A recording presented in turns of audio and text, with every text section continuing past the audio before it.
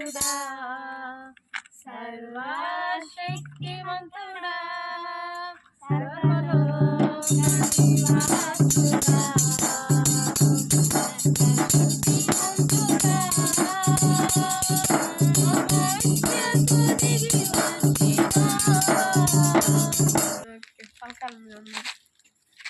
అయితే శబ్దంగా చెప్పు నువ్వు. అయితే అయితే అదూత అదూత భయపడుకుడి భయపడుకుడి ఇదిగో ఇదిగో ప్రజలందరికీ కలుగబోవు మహా సంతోషకరమైన సువర్తమానము నేను మీకు తెలియజేయుచున్నాను. దావీదు పట్టణమందు నేడు రక్షకుడు మీ కొరకు పుట్టి ఉన్నాడు.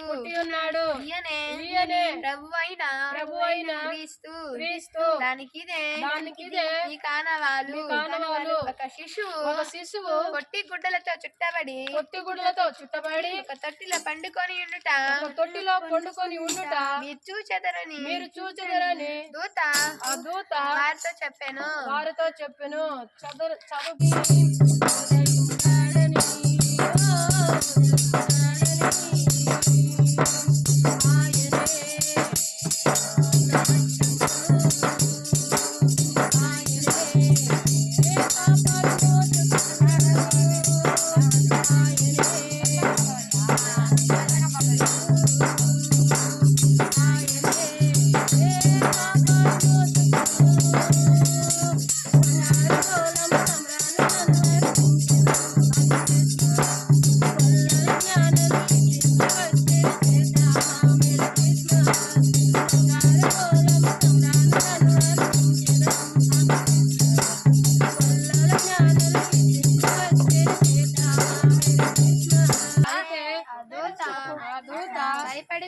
భయపడుకుడి ఇదిగో ప్రజలందరికీ కలగబోవు